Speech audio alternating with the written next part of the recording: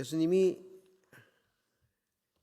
십자가에 돌아가시기 위해서 잡히시기 전에 제자들에게 두 가지 사실을 예고하셨어요. 하나는 제자들이 주님을 버릴 것이다. 그리고 또 하나는 주님이 부활하신 후에 갈릴리로 가실 것이다. 이 두 가지 사실을 예고하셨죠. 마태복음 26장 31절에 보니까 그때 예수께서 제자들에게 말씀하셨다. 오늘 밤에 너희는 모두 나를 버릴 것이다. 성경에 기록하기를 내가 목자를 칠 것이니 양떼가 흩어질 것이다 하였다. 그러나 내가 살아난 뒤에 너희보다 먼저 갈릴리로 갈 것이다. 이렇게 두 가지를 예언하신 내용이 나오죠. 근데 이 두 가지의 예고는 의미하는 바가 굉장히 커요. 사도 요한이 예수님이 돌아가실 때가 온 것을 아시고 제자들을 사랑하시되 끝까지 사랑하셨다라고 말씀하시거든요. 세상에 자기 사람들을 사랑하시되 끝까지 사랑하셨다. 끝까지 사랑하셨다. 끝까지 사랑하신다는 건 변함없이 사랑하신다는 것이거든요. 변함없는 사랑을 의미하는 겁니다. 제자들을 향한 수용의 의지, 너희들이 나를 버릴 것이다. 그걸 알면서도 끝까지 사랑하는 거예요. 배반할 걸 알면서도 사랑하시는 거죠. 그것은 제자들을 있는 모습 그대로 수용하겠다는 의지죠. 그리고 갈릴리로 가신다는 것은 갈릴리에서 제자들을 다시 회복시키겠다는 회복의 의지, 수용 의지와 회복 의지를 동시에 나타내는 것이죠. 이게 변함없는 사랑이에요. 끝까지 사랑하시는 사랑. 내가 수용할 것이고 그리고 회복시켜서 그들을 다시 사명의 자리로 이끌 것이다. 이 의지적인 발걸음, 이 의지를 내포하는 발걸음이 바로 갈릴리로 향하는 발걸음이에요. 갈릴리는 예수님이 제자들을 만난 곳입니다. 갈릴리 바다에서 고기 잡고 있는 그 제자들을 찾아가셨죠.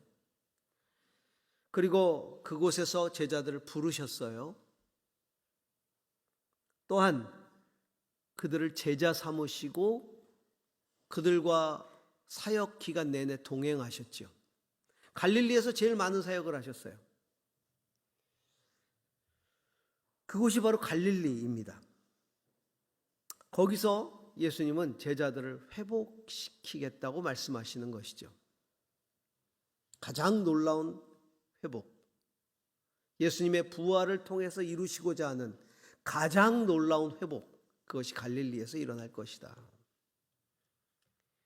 예루살렘이 사명을 완수하기 위한 시작이라면 예루살렘에서 온 유대로, 예루살렘에서 사마리아로, 사마리아에서 온 유대로 땅끝으로 복음이 이렇게 전파된다. 이게 사명의 완수잖아요. 그 완수의 시작이 예루살렘이거든요. 예루살렘이 사명의 완수를 위한 시작점이라면 갈릴리는 그 사명을 다시 회복시키는 곳이 바로 갈릴리예요. 사명의 완수는, 사명을 완수하기 위해서는 헌신이 필요합니다.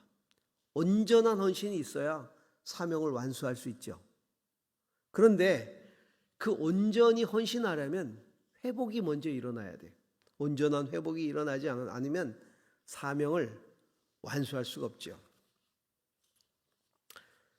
제가 부교육자 시절을 서울 온누리교회에서 보냈는데 그 교회를 가면서 저는 경험하지 못한 것들을 많이 경험했어요. 특별히 교회가 주님의 나라를 위해서 이렇게 놀라운 일들을 할 수 있구나 하는 것들을 제가 그때 알게 되었습니다. 제가 전통적인 교회에서 목회를 배웠기 때문에 오늘의 교회를 갔을 때 굉장히 생소했어요. 많이 다른 교회였습니다. 전통적인 교회는 단순히 예배 드리고 신방하고 이게 거의 사역의 대부분이었어요. 근데 이 교회를 가니까 선교단체 같아요. 그래서 양육이 이루어지고 많은 사역들이 이루어지고 있었어요. 그런데 특별한 것은 그 많은 사역팀 중에 회복 사역팀이 있다는 것이었습니다. 사실 전통적인 교회에서는 치유라든가 회복이라든가 뭐 이런 말을 들어보지를 못했거든요. 근데 가보니까 치유, 회복을 돕는 많은 사역팀들이 있었어요. 예를 들면 가정 내에 여러 가지 어려움을 치유하고 회복을 돕는 가정 사역 내 가정 치유, 가정 회복. 그 다음에 내적 치유, 내적 회복. 우리의 심령을 치유하고 회복시키는. 그리고 상담을 통해서 치유하고 회복하는 치유 회복 사역.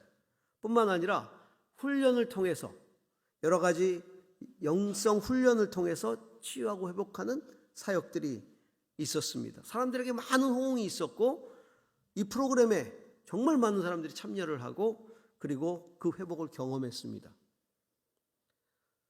그런데 왜 이런 회복 사역팀을 두었을까를 살펴보니까 사람들이 많이 헌신하려고 하는데 받은 상처들이 있고 아픔들이 있어서 헌신을 못해요. 또 사역을 하다 보니까 지쳐요. 마음도 상하고. 그리고 또 사역을 열심히 하는데 다른 이들에게 상처를 줘요. 그러다 보니까 사역이 어려워지는 거죠, 오히려. 그래서 그 많은 사역들을 하기 전에 먼저 회복을 하라는 의미였어요. 내가 회복이 되어야 열매가 맺혀지고 그리고 또 남에게 상처를 주지 않고 아름다운 사역을 할 수 있다는 것이죠. 회복이라고 하는 사역은요, 굉장히 의미 있는 사역이죠. 그런데 그 성경적인 기원을 찾아보면 바로 예수님의 회복 사역이었어요. 예수님의 부활은 여러 가지 각도에서 우리가 살펴보고 있지만 나를 향한 주님의 사랑을 회복하는 것이고 그 다음에 그 사명을 회복하는 이 사건, 이게 바로 예수님의 부활이었다는 겁니다. 가장 놀라운 회복 사건, 이게 부활이라는 거죠. 갈릴리로 예수님이 찾아간 사건은 바로 제자들을 회복시키는 사건이었다. 오늘 우리는 그 내용들을 좀 한번 살펴보는 겁니다. 자, 1절부터 3절까지를 같이 한번 보겠습니다. 그 뒤에 예수께서 디베랴 바다에서 다시 제자들에게 자기를 나타내셨는데 그가 나타나신 경위는 이러하다. 시몬 베드로와 쌍둥이라 불리는 도마와 갈릴리 가나 사람 나다나엘과 세베대 아들들과 제자들 가운데서 다른 두 사람이 한 자리에 있었다. 시몬 베드로가 그들에게 말하기를 나는 고기를 잡으러 가겠소 하니 그들이 우리도 함께 가겠소 하고 말하였다.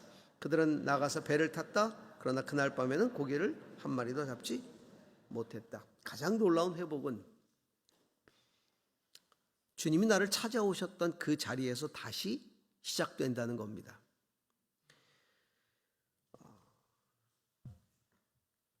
예수님이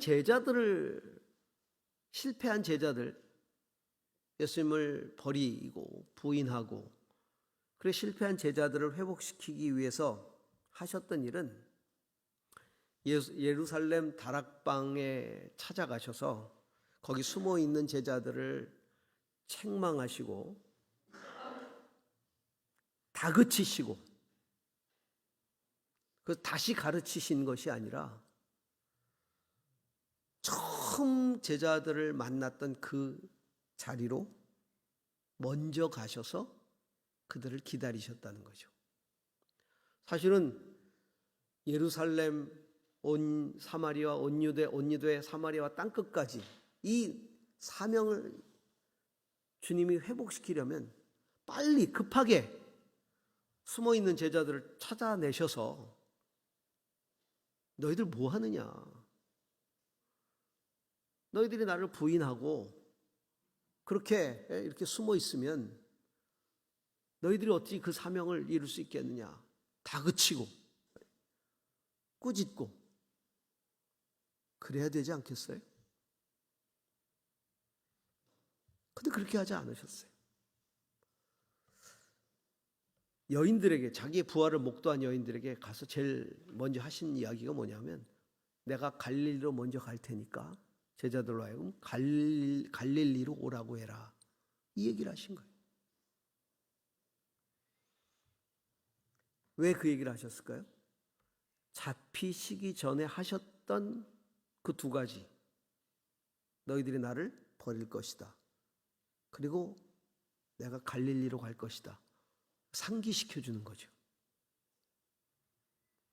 오늘 본문은 바로 갈릴리로 가신 예수님이 제자들을 그 디베랴 바닷가, 갈릴리 바닷가의 호숫가에서 다시 만나시는 장면이에요. 갈릴리로 가셔서 예수님이 제자들을 회복시키기 위해 갈릴리 부흥회를 여셨나요? 너희 안 되겠다, 갈릴리에서 부흥회 좀 하자, 우리도 같이 마음이 좀 컬컬하고 좀 영적으로 좀 다운되면 나한테 부흥회가 필요해, 뭐 이런 생각하잖아요. 부흥회. 근데 예수님은 갈릴리 부흥회를 여신 것이 아니라 뭘 하셨냐면 리마인드 미팅을 하셨어요. 회상 미팅 하신 거예요. 리마인드 미팅. 어떻게 그 미팅을 하셨어요? 처음 제자들을 만났던 상황을 재현하시는 거예요. 그러면서 만나주시는 거예요.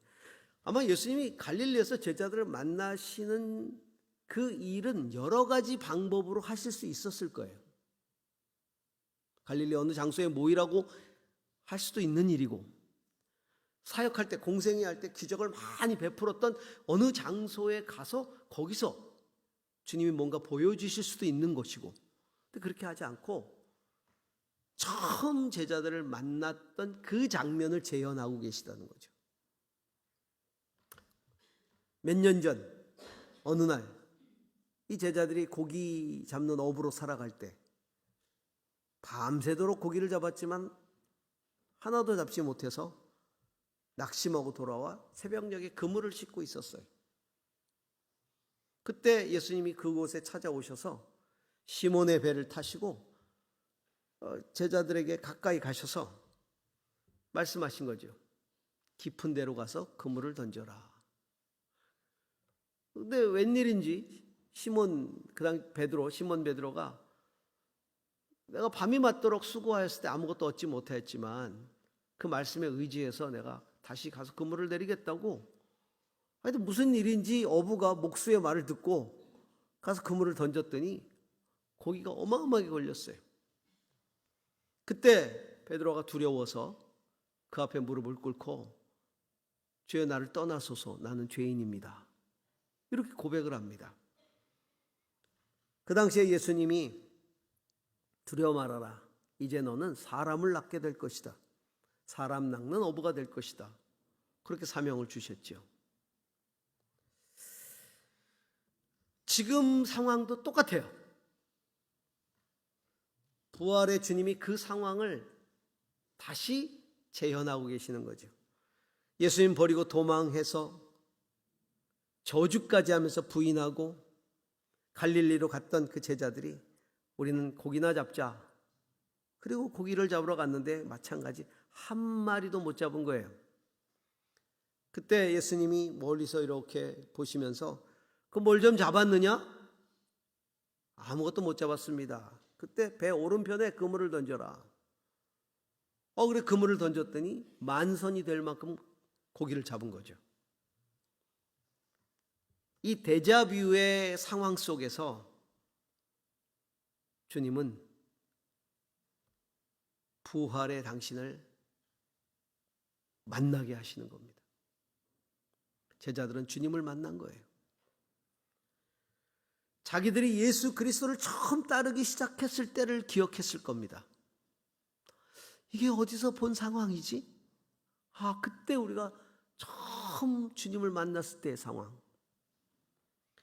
주님 앞에 죄인임을 고백하고 무릎 꿇었을 때 두려워하지 말아라. 내가 이후로는 사람을 낳게 될 것이다. 그렇게 이야기하셨던 주님을 떠올렸을 겁니다.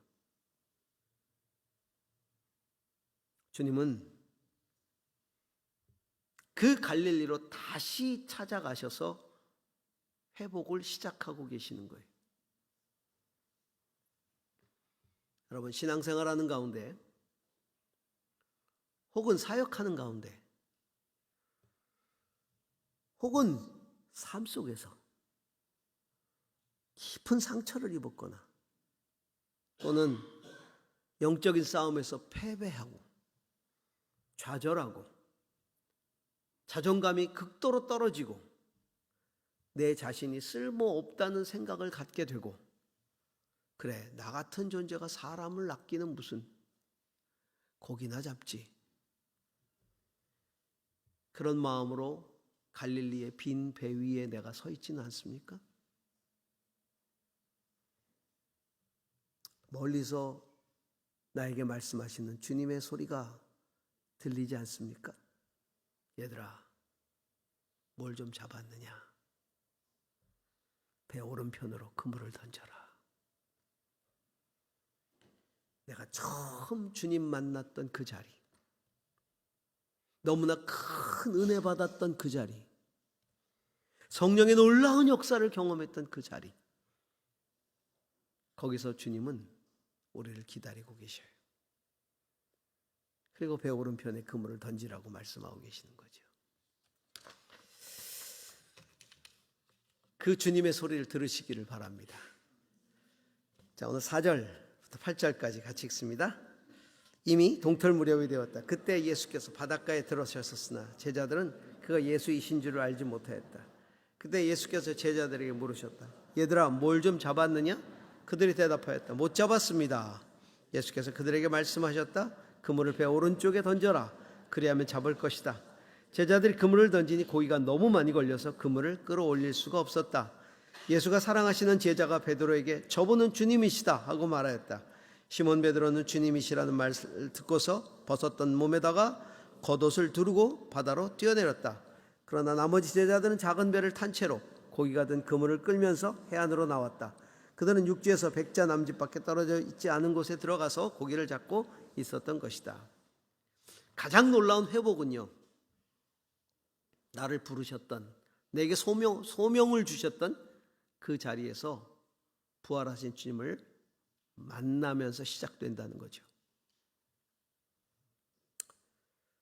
부활하신 주님과의 만남, 이거는 소명을 회복하는 자리예요.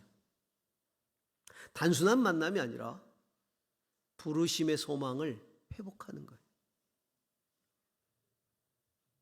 배 오른편에 그물을 던지라는 주님 말씀 듣고 고기를 딱 잡아 올렸을 때 사도 요한이 베드로에게 주님이시다 이렇게 말하잖아요. 그때 뛰어내려서 주님께로 달려갑니다. 마치 주님께로 달려와서 무릎 꿇고 주여 나를 떠나소서, 저는 죄인입니다 라고 말했던 것과 비슷한 장면이죠. 달려가는 거예요. 주님은 분명한 목적을 가지고 갈릴리로 가신 거예요. 그냥 갈릴리로 가신 게 아니라 분명한 목적을 가지고, 맨 처음 제자들에게 주셨던 것처럼 이제 사람을 낚는 어부가 될 것이다. 이 부르심의 소망을 회복시키시기 위해서 우리 안에 잃어버린 부르심, 아니면 놓아버린 부르심, 아니면 잊으려고 몸부림치는 부르심, 그것을 다시 회복시키시는, 제자들이 주님 버리고 도망했을 때 이미 그 부르심은 아무 의미가 없어졌어요. 배반하고 다 도망갔는데, 저주까지 하고 부인했는데, 무슨 자격으로 내가 주님의 부르심을 수행한다는 말입니까? 우리 안에 그런 마음이 있잖아요. 내가 그렇게 패배했는데, 내가 그렇게 실패했는데, 내가 어떻게 주님의 부르심을 수행할 수 있겠어요? 우리는 이런 마음이 있잖아요. 주님이 다시 이 상황을 왜 재현하고 계실까요? 고기 많이 잡게 하기 위해서? 아니죠. 그때의 그 부르심이 지금도 유효하다는 것을 주님이 알게 하시는 거예요. 그때 이 상황 속에서 내가 너희로 하여금 사람을 낚는 어부가 되게 한다고 말씀하셨던 그 상황, 지금도 유효하다. 지금도. 그걸 회복시키시는 거죠. 저는 개인적으로 전도사 시절에 어느 강해 설교 세미나를 참석하게 됐어요. 그 강해 설교 세미나에 갔다가 저는 다음 세대에 대한 소명을 받았어요. 주님께. 전 설교 세미나를 갔는데 이상하게 그 설교 세미나에 이렇게 설교 세미나에 그 설교를 본문을 분석하고 해석하고 적용하고 하는 그 주어진 것들이 다음 세대 목회와 관계된 것들이었어요. 가슴이 막 뜨거워졌어요. 그 부르심을 깨닫는 순간에 얼마나 울었는지 모릅니다. 2박 3일 내내 울었던 것 같아요. 다음 세대를 향한 안타까움 때문에 막 울게 됐고, 그들을 위해 하나님이 나를 부르셨다는 사실 때문에 울게 되고, 그러면서 그 세미나 끝에 다음 세대 사역을 위한 결단을 제가 했거든요. 그때부터 이제 다음 세대 사역을 본격적으로 했던 것 같아요. 최선을 다하게 됐고 참 은혜로운 열매들도 굉장히 많았어요. 근데 그에 못지않게 다음 세대 목회하다가 어려움도 굉장히 많이 겪었죠. 실제로 어느 때는 새벽에 기도하면서 주님, 저 이제 다음 세대 사역 내려놓겠습니다. 포기하겠습니다. 그리고 이제 다음 세대 설교 제가 안 하겠습니다. 주님, 헤아려 주시옵소서. 이렇게 기도했던 적이 있어요. 근데 희한하게요, 그런 기도를 하면 그 주간에 다음 세대 설교 요청이 갑절로 옵니다. 갑절로 다음 세대 설교가 요청와요. 제가 그때 결단할 때 뭐라 그렇게 결단했냐면, 제가 다음 세대를 향한 집회나 설교 요청이나 강의 요청이 오면 그 인원이 몇 명이 되든 어느 지역에서 오든 절대 거절하지 않겠습니다. 이렇게 서원했거든요, 주님께. 서원은 함부로 하는 게 아니에요. 그 서원을 했어요. 절대 다음 세대를 향한 설교는 제가 거절하지 않겠다고. 그러니까 주님이 그걸 딱 붙잡고 계시는 거예요. 그래서 제가 다음 세대 안 하겠습니다 그러면 그 서원한 거를 주님이 그래? 그러면서 곱절로 이제 막 설교 요청이 오게 만드는 거죠. 그 서원했으니까 안 할 수 없잖아요. 집요하셔요. 네, 주님 참 집요하셔요. 근데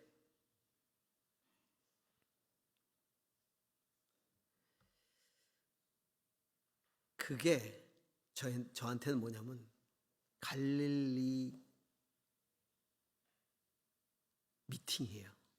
갈릴리로 다시 저를 소환해 주시는 거예요. 거기서 다시 만나 주시는 거예요. 다시 그때의 그 뜨거운 은혜, 그때 제가 결단했을 때 그 주님이 주셨던 그 열정, 그걸 다시 불일 듯 일어나게 하시는. 그러면서 주님이 제 가슴 속에 보여주시는 건 뭐냐면, 주님이 갈릴리에서 다음 세대를 보고 울고 계시는 거죠.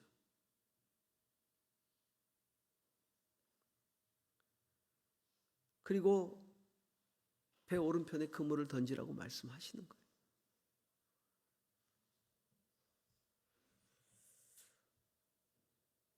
그렇게 지금까지 달려온 거예요. 이제 60대 중반을 넘어서 70으로 가고 있어요. 다음 세대가 아니라 이제 다른 세대가 돼버렸어요.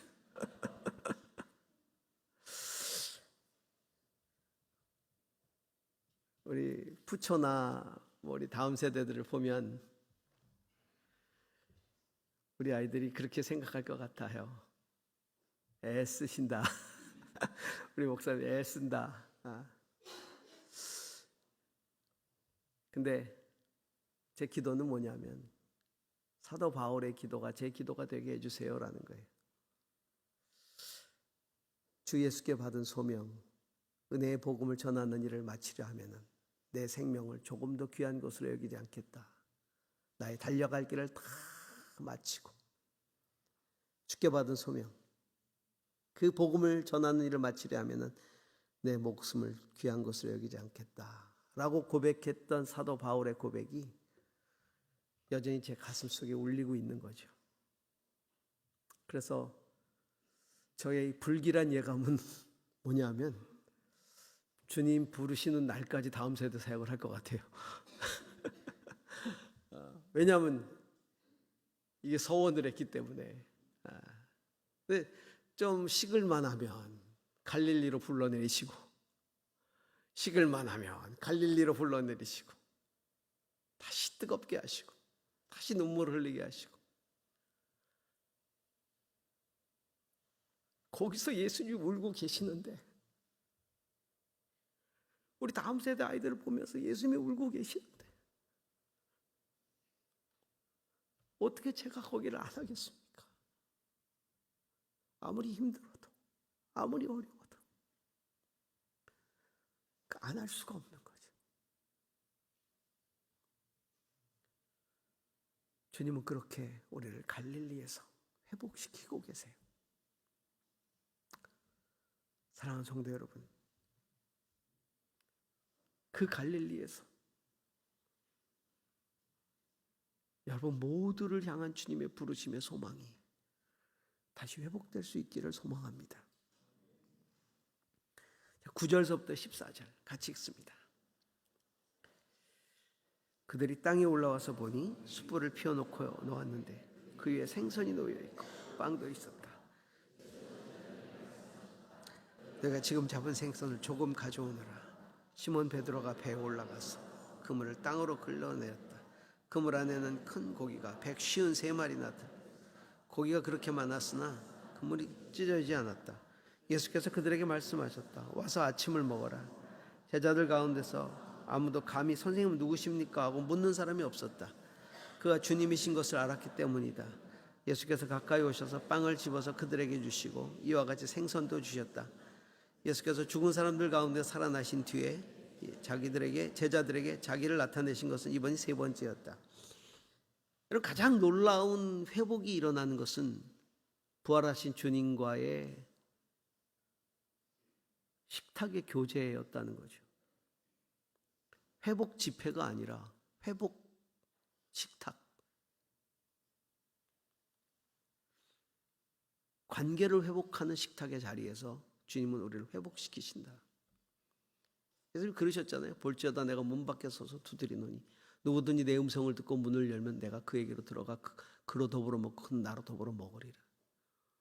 주님은 나와 그렇게 교제하시길 원하시거든요. 제자들이 고기를 잡아왔을 때 주님은 이미 숯불을 펴놓고 떡을 구워놓고 그리고 고기를 구워놓고 제자들을 초청하셨어요. 그리고 지금 잡아온 고기를 내게 좀 달라고 말씀하시고 그리고 그 고기를 구웠죠. 아마 그 식탁 자리는 예전의 식탁 자리하고는 조금 달랐을 거예요. 왜냐하면 주님이 예전의 주님이 아니시거든요. 제자들이 함께 먹고 마시던 그 주님이 아니에요. 왜냐하면 부활하셨잖아요. 죽음을 이기시고 부활하신 두렵고 신비로운 존재란 말이죠. 그리고 자기들도 이미 주님을 버리고 도망했던, 저주까지 하면서 부인했던 그런 존재예요. 그런 식탁의 자리가 얼마나 무겁겠습니까? 노벨 경제학상 수상자였던 밀턴 프리드먼은요, 경제를 한마디 문장으로 좀 표현해 달라는 기자들의 부탁에 그는 경제를 딱 이 한마디로 표현을 합니다. 이 세상에 공짜 점심은 없다. 이게 경제라는 거예요. 이 세상에 공짜 점심은 없다. 일상생활에 대가 없이 할 수 있는 것은 없다는 거예요. 경제생활은 반드시 대가가 있어야 된다는 거죠. 이게 경제다. 예수님은 어떤 대가를 원하시고 이 식탁을 만드시고 초청하셨을까요? 제자들 마음이 얼마나 무거웠겠습니까? 도대체 오늘 무슨 말씀을 하실 것인가? 무슨 대가를 원하실까? 그런데 손수 빵을 구우시고 준비하시고 숯불을 피워놓으시고 제자들을 맞아 들이시는 그 장면, 그리고 제자들이 잡은 고기를 좀 가져오라고 구우시는 장면, 참 많은 생각을 하게 만듭니다. 부활하신 주님이, 그 능력의 주님이 당신을 부인하고 도망가서 고기잡이에서 잡아온 고기, 그거 뭐 얼마나 필요하겠어요? 야, 너희들이 잡은 고기 필요 없다.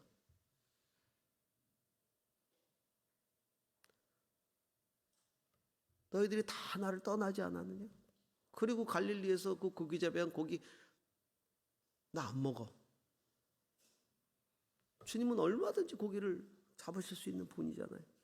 당신이 마련한 모든 걸로 차려놓고 그때부터 일장 후나를 하실 수 있지 않겠습니까?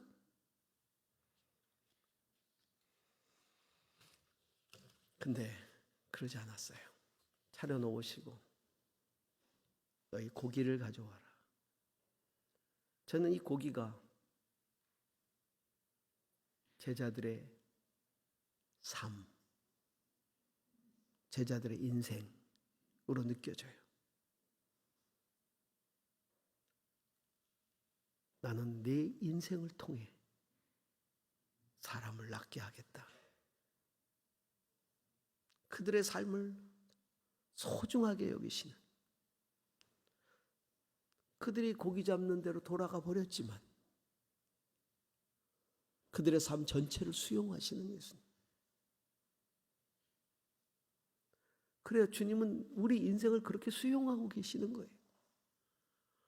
지금도 우리 인생을 그렇게 받아들이고 계시네. 우리가 생각하기에 하찮은 것 같이 보이는 고기 그 몇 개, 주님은 그것을 소중하게 여기시네. 그리고 그것을 내게 좀 가져와라. 그걸 함께 나누시는 거예요. 함께 구워서 함께 먹고 함께 교제하고. 대가를 바라고 이 식탁의 자리를 마련하신 것이 아니라 대가 없이, 아니 오히려 주님이 대가를 치르시고 제자들을 받아들이고 계신 것들을 볼 수 있는 거죠. 투자의 귀재라는 재벌 워렌 버핏이 경매를 통해서 자기하고 식사할 수 있는 권리를 낙찰받습니다. 그래서 한 3시간 정도 시간을 내줘요. 그리고 대화할 수 있는 시간을. 그래서 돈을 제일 많이 내기로 한 사람에게 그게 돌아가요. 그리고 그 돈을 가지고 자선사업에 쓰죠. 2022년에 그 워렌 버핏하고 3시간짜리 식사 경매를 낙찰한 사람이 246억 원. 246억 원을 내고 워렌 버핏하고 3시간 밥 먹는 거예요. 납득이 안 가죠.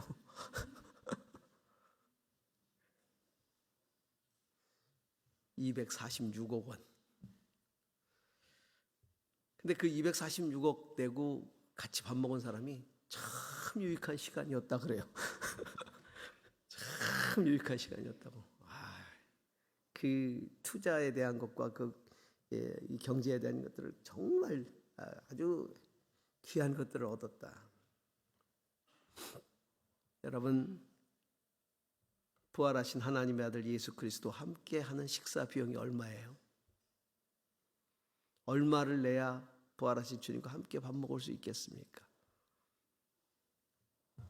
free. 왜냐하면 이미 주님이 다 지불하셨기 때문에.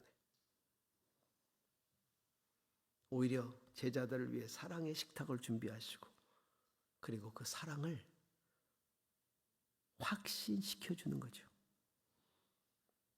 내가 날 사랑하느냐? 내가 날 사랑하느냐? 아셨어요. 비록 도망했지만, 저주하고 부인했지만 여전히 그들 안에 사랑의 불씨가 있다는 것을 예수님 알고 계셨어요. 몰라서 물으시는 게 아니에요. 컨펌해 주시는 거예요. 컨펌. 너희들 사랑이 아직 식지 않았다는 거 내가 알고 있어. 그러니 내 양을 먹여. 내 양을 쳐라. 그게 주님의 사랑 아니겠어요? 너희에게 주었던 그 소명, 사람 낚는 어부가 되게 하겠다는 그 소명 여전히 유효하다. 당신의 사랑을 컨펌해 주시는 거예요. 부활하신 주님은 오늘도 저와 여러분과 식탁의 교제를 나누기 원하시는 거죠. 부활 후 승천까지 40일간 계셨어요. 성경에 보면 그 40일간의 행적이 다 구체적으로 나오진 않지만 예루살렘에 가셔서 자기를 죽인 종교 지도자들에게 자기를 드러내시고 그들을 굴복시켰다는 내용은 단 한마디도 없습니다. 대부분의 시간을 갈릴리에서 제자들과 보내셨어요. 그리고 제자들을 갈릴리로에서부터 데리고 예루살렘으로 오신 거예요. 그리고 감람산에서 승천하신 것이죠.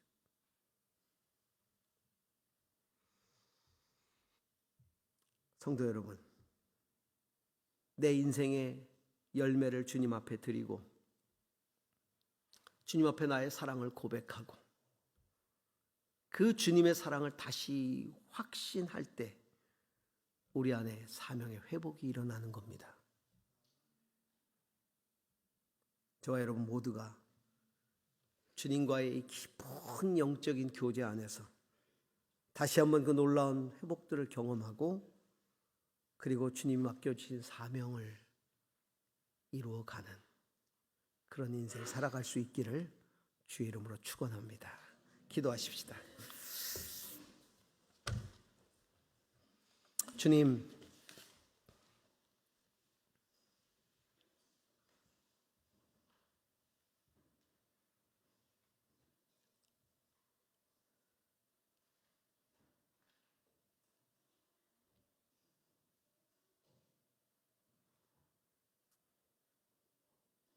갈릴리에서